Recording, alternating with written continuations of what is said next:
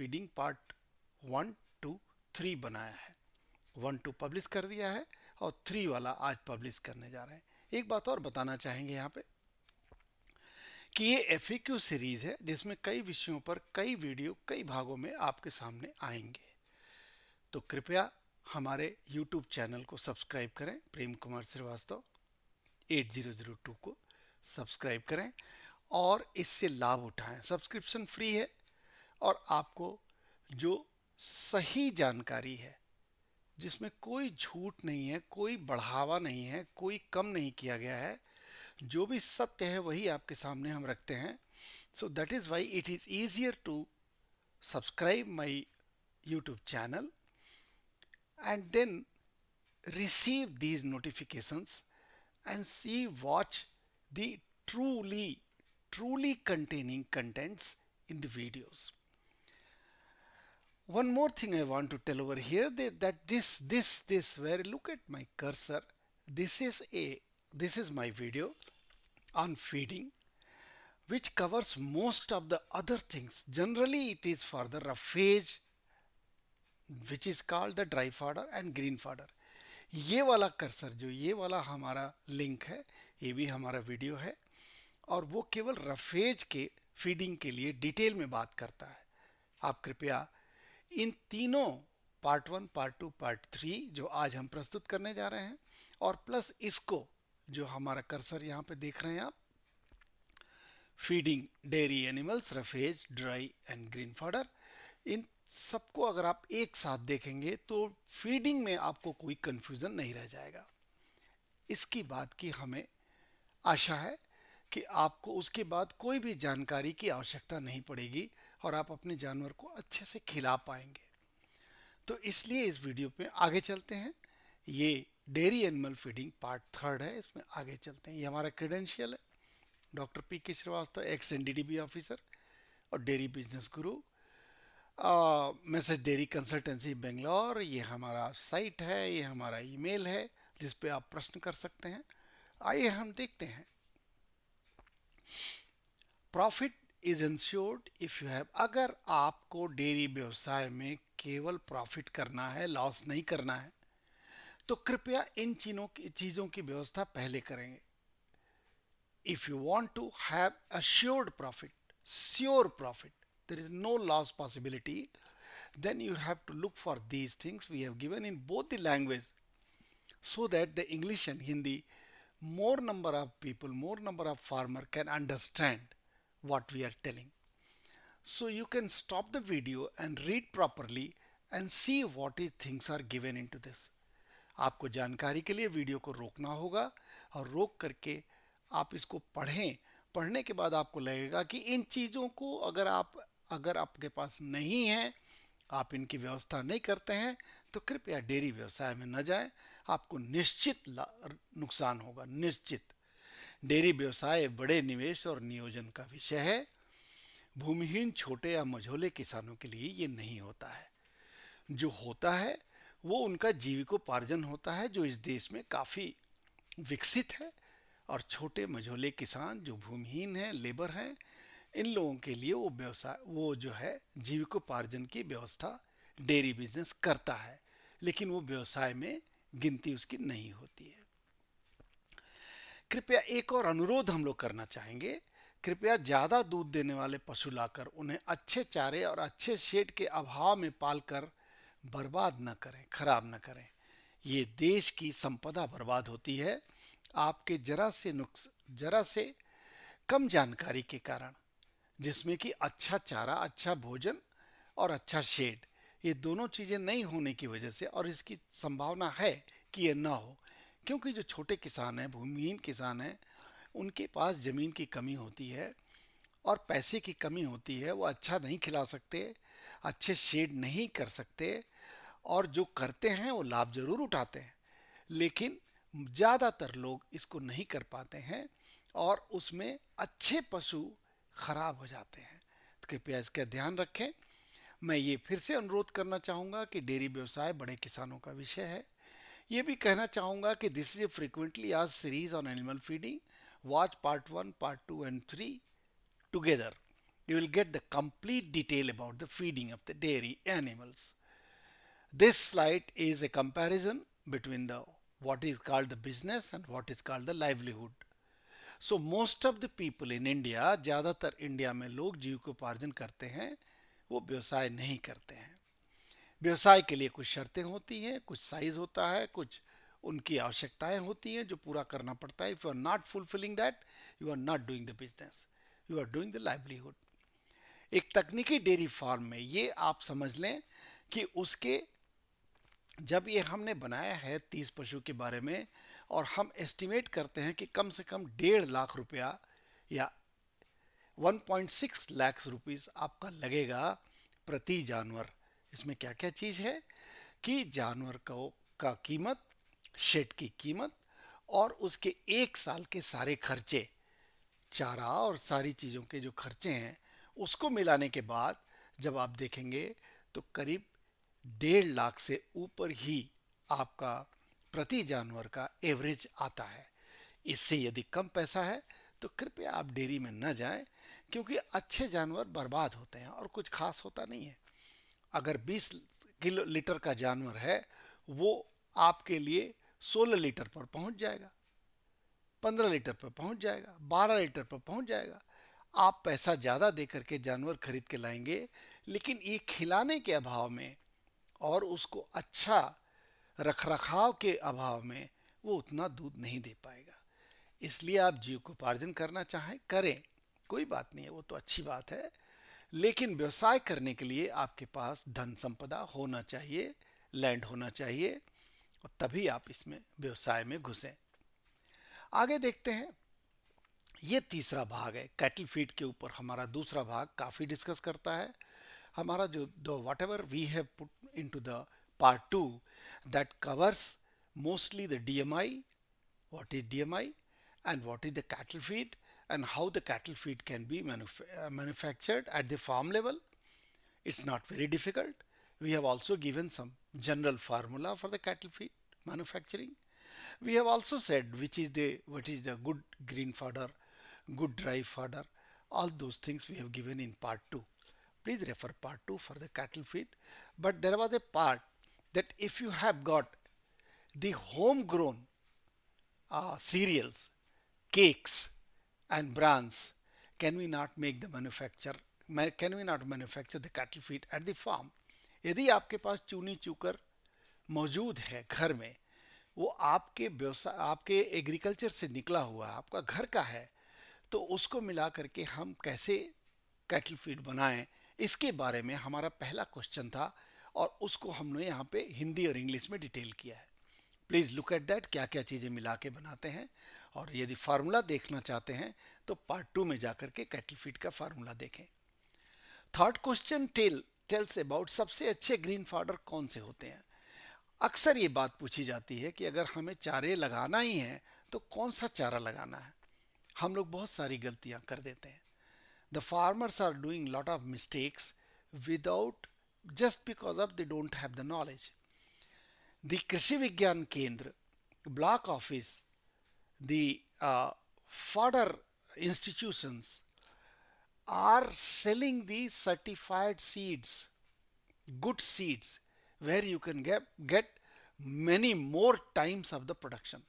आप इन certified seed को प्राप्त करके, जो कृषि विज्ञान केंद्र से मिल सकता है, ब्लॉक ऑफिस से मिल सकता है, चारा विकास संस्थानों से मिल सकता है, अरे आपके अमेजन पर मिल सकता है, और इन चीज़ों जो बाज़ार से मिल सकता है, लेकिन जो सर्टिफाइड सीड है वो किसी न किसी संस्थानों से ख़रीदें। वो आप जो चारा लगाएंगे, जो मेहनत करेंगे, उसमें वो कई गुना ज़्यादा चारा आपको दे पाएगा।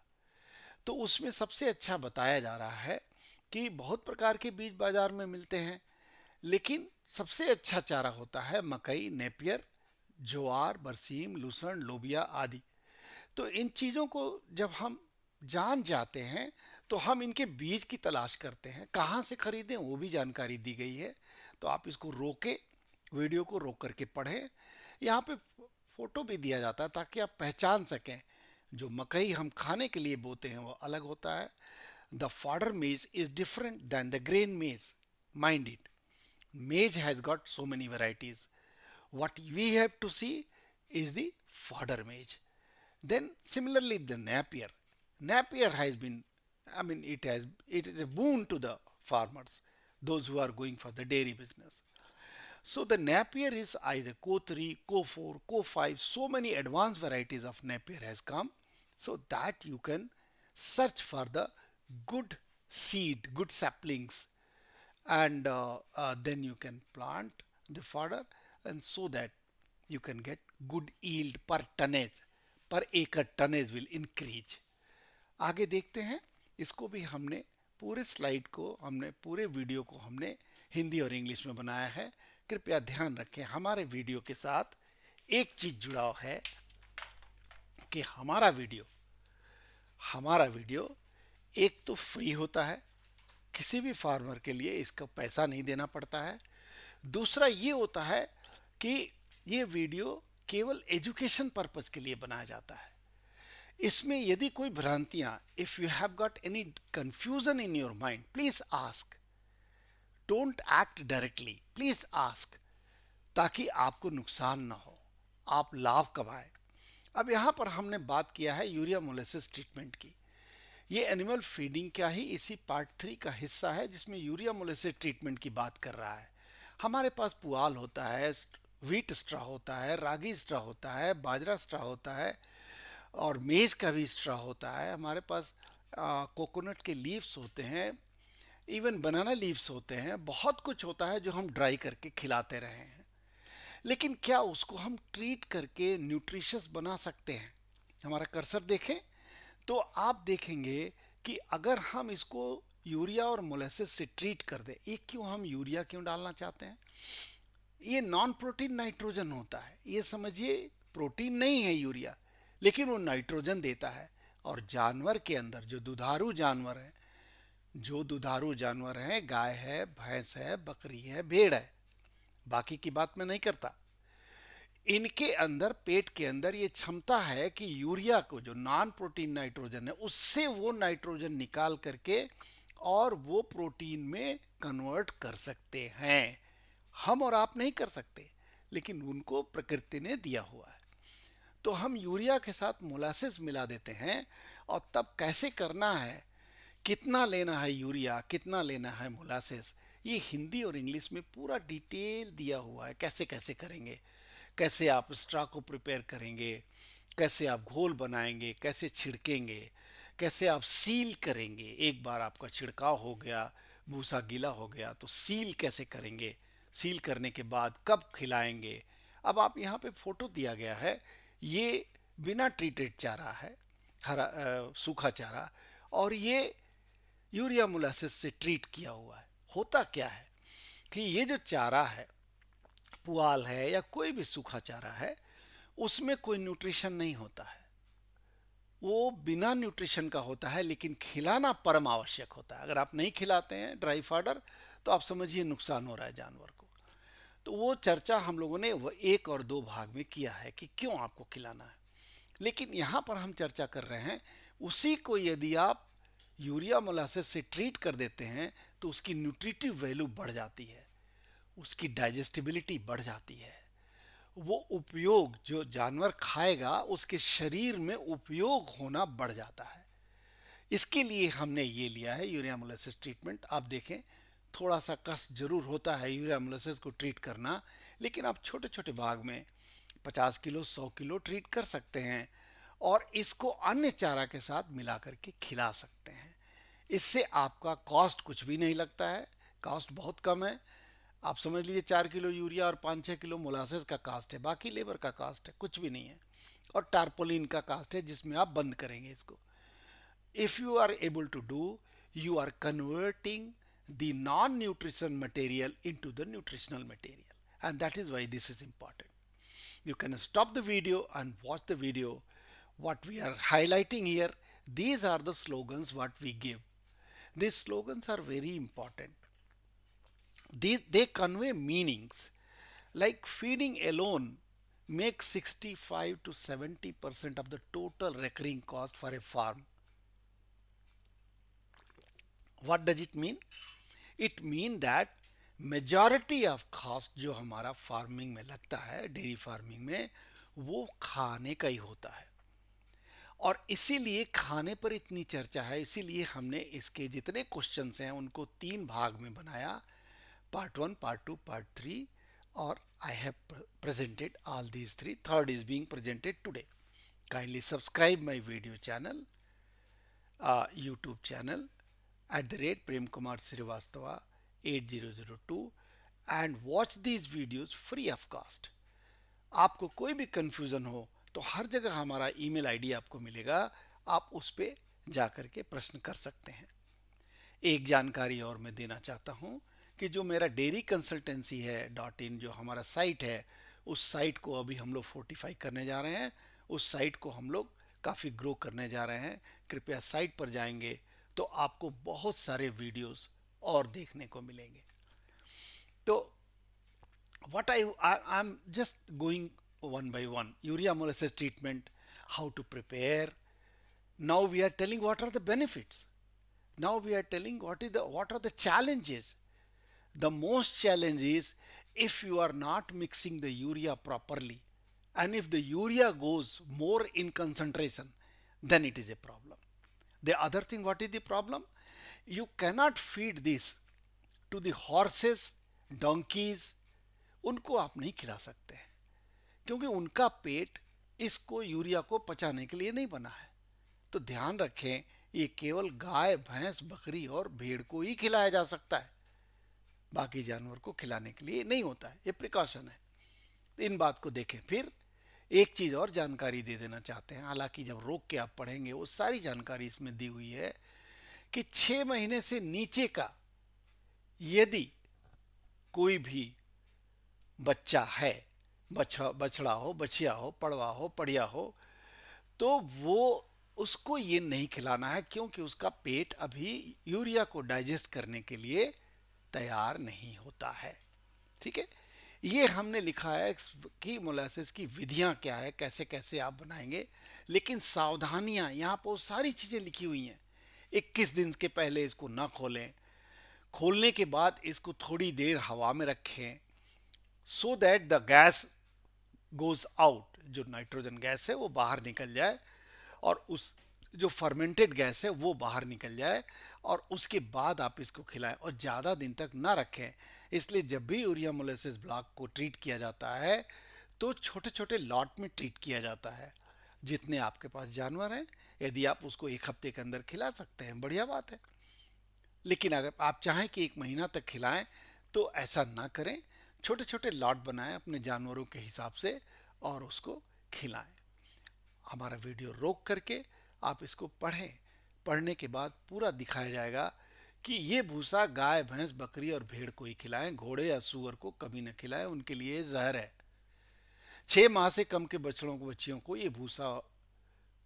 ये यूरिया वाला भूसा कभी न खिलाएं, उनके लिए जहर है।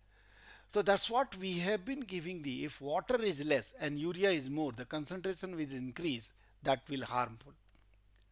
If the straw shows signs of fungus and molds, it is harmful. तो उससे बचते हुए आप चलते हैं हम लोग साइलेज के ऊपर। ये दूसरा मजबूत पिलर है फीडिंग का।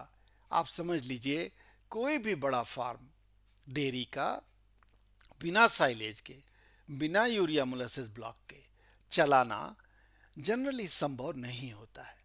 यूरिया मोलासेस ब्लॉक तो थोड़ा टीडियस काम होता है और जल्दी ख़त्म करना पड़ता है। जल्दी बनाया, जल्दी ख़त्म किया। लेकिन साइलेज को आप 6-6 महीने रख सकते हैं, और साइलेज के बिना कोई भी फार्म सक्सेस नहीं होता है। नुकसान हमेशा पाया जाता है। कारण इसलिए कि हरा चारा हर समय मौजूद नहीं है। अब जब हमारे पास प्रचुर मात्रा में हरा चारा मौजूद है, क्या हम उसे काट करके रख करके ऐसा कुछ नहीं बना देंगे जिससे कि साइलेज बन जाए और हम 6 महीने तक इसको खिला सकें? तो इस जानकारी को हमने यहाँ बहुत विधिवत दिया है कि चारा व्यापारी कुछ लोग हैं जो डेयरी का बिजनेस नहीं करते हुए डेयरी के लिए चारा का बिजनेस कर रहे हैं, और वो इतना फायदेमंद है क्योंकि हर एक आदमी को साइलेज खिलाना है हर फार्म में, और साइलेज का एक एक बंडल जो 50-60 किलो का होता है, 40 किलो से 60 किलो के एक बंडल आता है, उसकी कीमत जब आप देखेंगे तो करीब 7 रुपये 8 रुपये प्रति किलो के हिसाब से बिक रहा है और लोग खरीद रहे हैं. People are buying it because there is no green fodder availability, because the lands are going shorter and shorter and shorter. Generation to generation, the size of the land is getting shorter. So first the farmer will look for his own feeding, then he will look for the fodder for the animal feeding. So the once the land is reducing, the green fodder is reducing, water is reducing. In many of the places water is reducing, water table is going very high. So then the fodder production is reducing, so during the rainy season when there is a lot of fodder available and you can grow also in your field, why can't we preserve it and keep it for 6 months?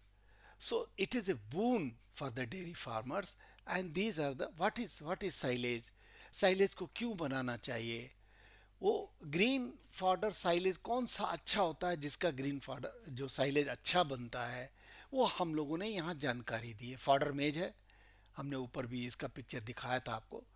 तो आप देखेंगे ये fodder मकई है और ये Napier grass है. तो आप देखेंगे कि इन चीज़ों को हम लोग कोशिश ये करते हैं कि फार्मर को देख के समझ में आ जाए. अब इस तरह से प्लास्टिक में बैग पैक होकर के और ये आता है जिसको हम साइलेज कहते हैं. आप खरीद के भी खिला सकते हैं लेकिन वो महंगा पड़ता है. आप अपने यहाँ बना लें, अपने टारपोलिन में बंद करके रख लें और उसको पार्ट पार्ट में खोलें, तो आप साइलेज से काफ़ी डेयरी में फ़ायदा उठा सकते हैं. अब ये भी बताया गया है कि कौन सा फॉडर यूज़ करें, ये भी बताया गया है कि अच्छा साइलेज के लिए चारे को कब काटें. ये भी बताया गया है कि साइलेज बनाने में क्या कल्चर की भी आवश्यकता होती है, और ये जो कल्चर की आवश्यकता होती है वो कैसे मिलेगा, कहाँ से मिलेगा, किस तरह की चीज़ है. ये सारी चीज़ें आप हमसे पूछ सकते हैं, फ़ोन करके पूछ सकते हैं, मेल करके पूछ सकते हैं. लेकिन यदि आप सीरियस हों कि आप साइलेज बनाना चाहते हैं, बड़े फार्म ओनर हैं, तो आपको इसकी जानकारी रहनी चाहिए. इसके बिना आप फार्म में व्यवसाय में डेयरी के व्यवसाय में फ़ायदा नहीं कमा पाएंगे. ये फ्रीक्वेंटली आस्क्ड क्वेश्चन का बंडल है जो पार्ट 1 पार्ट 2 पार्ट 3 में फीडिंग के ऊपर बनाया गया है. आपको एक और जानकारी दे दें कि पार्ट हमारा शेड के ऊपर frequently asked question part 1 part 2 भी पब्लिश हुआ है, जिसको हमने फर्स्ट स्लाइड में उसके लिंक दिए हैं. आप फर्स्ट स्लाइड पे जाइए, वहाँ पे जहाँ पे मेरा नाम लिखा हुआ है वो फर्स्ट स्लाइड में आपको लिंक मिलेगा. 2 मिलेगा शेड के लिए और 2 मिलेगा फीडिंग के लिए. एंड द फिफ्थ वन, जो पांचवा है, वो फीडिंग को बहुत डिटेल में जानकारी दिया गया है कि आप फॉडर को कैसे खिलाएं, कौन कौन सा फॉडर है, क्यों वो पचा लेता है, हम नहीं पचा पाते हैं फॉडर को. ये सारी जानकारियाँ वहाँ दी गई हैं. तो आप कृपया वीडियो को जब तक आप सब्सक्राइब नहीं करेंगे, जब तक आपके पास नोटिफिकेशन नहीं आएगा, तो आपको पता नहीं चलेगा. आप प्रश्न नहीं करेंगे, if you are not going to question, then you will not be clear. you will only see the video and then forget. So you try to understand कि लिखा क्या है, बताया क्या गया है. ये भी बताया गया है कि साइलेज कैसा होता है देखने में. We are trying to show you अच्छा साइलेज ऐसा होता है. अच्छा साइलेज ये बिना अभी चारा काट के रखा हुआ है साइलेज बनाने के लिए, और ये साइलेज बन के तैयार है. तो आप देखिए कलर में कितना अंतर आता है. तो साइलेज फायदे की चीज़ है तो क्यों है, ये सारी चीज़ें आपको वीडियो में दी गई हैं. ये हमारा लास्ट स्लाइड होता है जिसमें हम फिर से अनुरोध करते हैं कि आप कृपया हमारे यूट्यूब हैंडल को सब्सक्राइब करें. ये फ्री ऑफ कास्ट है, इसका पैसा नहीं लगता है. आप मेरे ईमेल पर प्रश्न करें. डेयरी व्यवसाय बड़े किसानों का विषय है, कृपया छोटे किसान इससे दूर रहें. वो अपनी जीविका चला सकते हैं, बहुत अच्छी बात है, अपने घर को पाल सकते हैं, लेकिन वो व्यवसाय नहीं कर रहे हैं, इस बात की जानकारी उन्हें होनी चाहिए। फिर से मैं रिपीट करूंगा कि this is frequently a series on animal feeding in three parts, 1 to 3. This is the third part, already 2 is published. You kindly see all the three parts together, plus my video link I have already given in the first slide. This is my last slide. तो हमें ये कहना है, मित्रों को भी share करें। Share करने से जानकारियाँ बढ़ती हैं, ये ज्ञान है, बांटने से बढ़ता है। जितना आप अपने पास रखेंगे उतना ही खराब होगा। और यही कारण है कि मैं आप लोगों में अपनी जानकारी बांटता रहता हूँ, क्योंकि जो टेक्निकल जानकारी मेरे पास है वो जानकारी किसानों को भी मिल जाए तो कितना अच्छा हो। तो दैट इज़ द रीज़न, कृपया मेरे वीडियो को लाइक करें, सब्सक्राइब करें, लाभ कमाएं, मित्रों को भी शेयर करें, उनको भी लाभ दें।